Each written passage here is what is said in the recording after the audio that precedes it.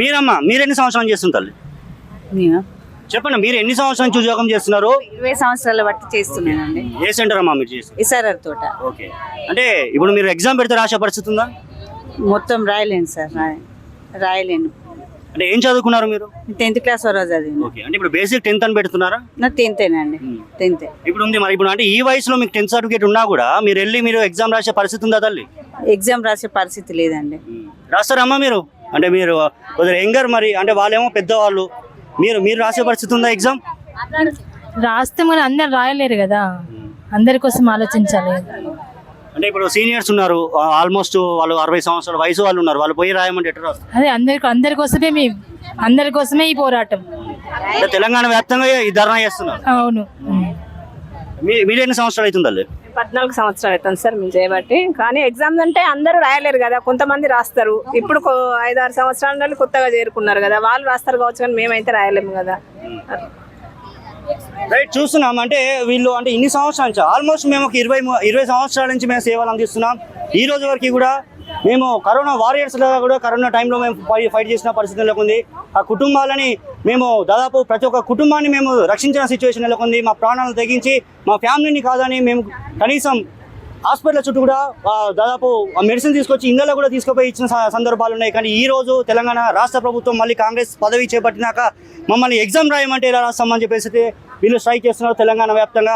ఈ ఎగ్జామ్ ఖచ్చితంగా తీసేయాలి, ఎందుకంటే మా మెయిన్ డిమాండ్ నా ఎగ్జామ్ ఇప్పుడైతే మేము రాయలేము, ఎందుకంటే 60 సంవత్సరాలు పైబడిన వాళ్ళం మేము ఉన్నాం, ఇన్ని సంవత్సరాలు మేము సేవలు అందించాం.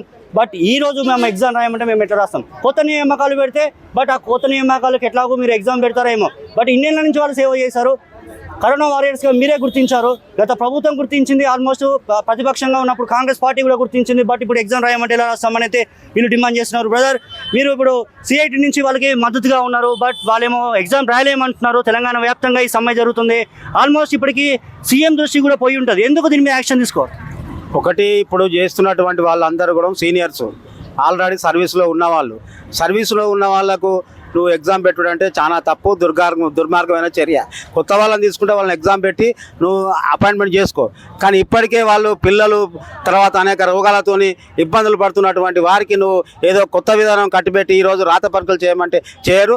దీన్ని రద్దు చేయకుంటే మొత్తం రాష్ట్ర వ్యాప్తంగా పెద్ద ఎత్తున పోరాటం చేసి రద్దయ్యేంత వరకు మేము ముఖ్యంగా పోరాటం చేసి సాధించుకోవడం ఈ సందర్భంగా రాష్ట్ర ప్రభుత్వాన్ని డిమాండ్ చేస్తాం. ఒకవేళ ప్రభుత్వం దిగి రాకపోతే, వీళ్ళ కంటే ఇప్పుడు పెట్టిన పరీక్షను కనుక రద్దు చేయకపోతే తదుపరి మీ కార్యాచరణ ఎలా ఉండవు?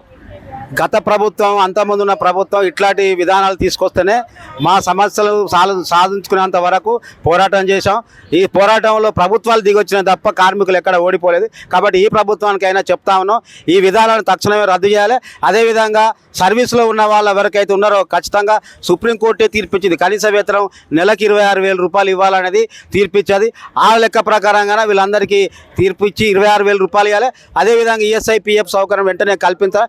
లేని పక్షంలో పెద్ద ఎత్తున రాబోయే రోజుల్లో ఆందోళన ఉధృతం చేసి సమస్యలను సాధించుకునే విధంగా ప్రయత్నం చేస్తాం. అసలైన తొలి వెలుగు.